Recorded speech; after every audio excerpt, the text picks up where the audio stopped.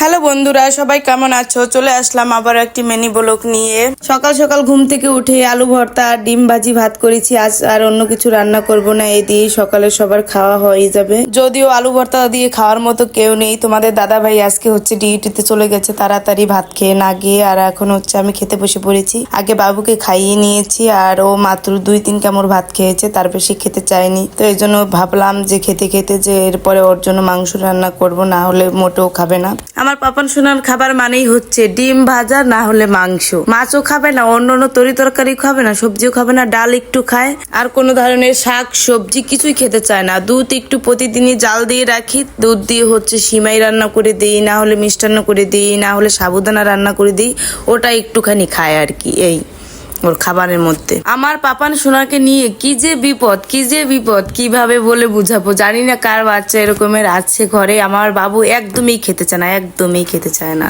ওর খাওয়ানো নিয়ে যত বাহানা, সারাদিন শুধু দুষ্টামি করবে, আর এটা ওটা ওকে খেতে দাও, চকলেট দাও, চিপস দাও। এই জন্য আমি আলুর চিপস নিজেই করে রেখেছি, যাতে করে বাইরে থেকে কিনে আনা না দেওয়া লাগে।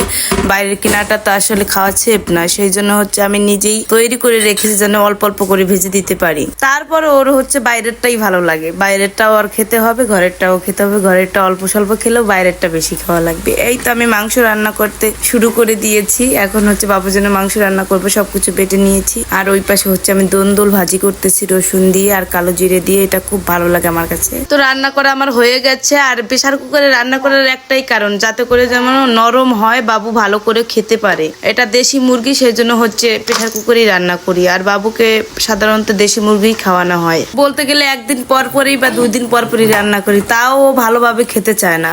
মাংস দিয়ে ধরেন যে 4-5 কামড় খাবে, এর বেশি খাবে না। কিন্তু অন্য সবকিছু দিয়ে 1 কামড়ও খাবে না। এরকম করলে বলো তো কিভাবে ওকে খাওয়াবো?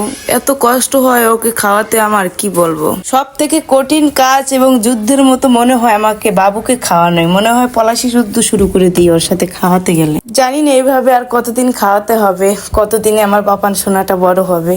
যদিও মাংস দিয়ে আজ অল্প একটু ভালোই খেয়েছিল, আর এখন হচ্ছে মাংস দিয়ে খাওয়ার পরপরই বাবু বায়না ধরতেছে আমাকে চিপস ভেজে দাও। তারপরে আমি নিজে যে আলুর চিপসটা বানিয়ে রেখেছিলাম সেইটাই বাবুকে ভেজে দেই। তো চিপস ভাজার পরেও 4-5 খানো খায়, আমরাও খাই সাথে। ভয়েস দিতে দিতে দেখছি যে বৃষ্টি শুরু হয়ে গেছে, জানলা দিয়ে বেশ ভালোই লাগছে। বৃষ্টি হলে যে এত ভালো লাগে, এত গরমের মধ্যে বৃষ্টির একটু আভাস আসলেই মনটা বড় খুশি খুশি লাগে। তবে এই বৃষ্টিটা শুধু আমার শহরে বসেই ভালো লাগে, গ্রামে ততটা ভালো লাগে না। গ্রামে থাকলে তো খুব দুরন্তপানা করি, এদিক ওদিক হেঁটে বেড়াই, সেই জন্য বৃষ্টি হলে কাদা হয়ে যায়, হাঁটতে পারি না, কোথাও যেতে পারি না, এই জন্য ভালো লাগে না তখন। তো বন্ধুরা, আজকের ভিডিওটা আমি এই পর্যন্তই শেষ করছি। সবাই ভালো থেকো, সুস্থ থেকো। হরে কৃষ্ণ। রাধে।